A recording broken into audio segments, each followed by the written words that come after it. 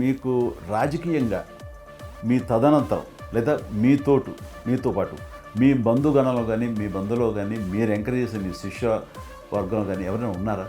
అంటే నేను మా కుటుంబం నుంచి ఎవరిని ప్రోత్సహించలేను. ఎవరన్నా ఇష్టం ఉంటే వాళ్ళు రావాలి ఫ్యూచర్లో. నేను ప్రోత్సహించలే ఎవరిని కూడా. నాకు పార్టీలో గ్రూప్ అంటూ లేదు.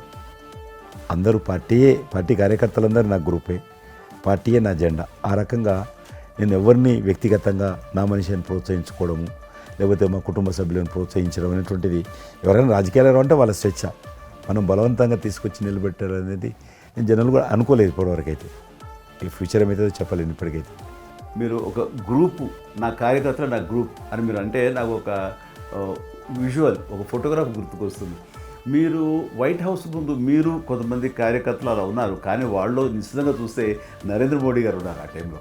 మీకు అప్పటి నుంచి కూడా నరేంద్ర మోడీ గారితో సత్సంబంధాలు ఉండేవా?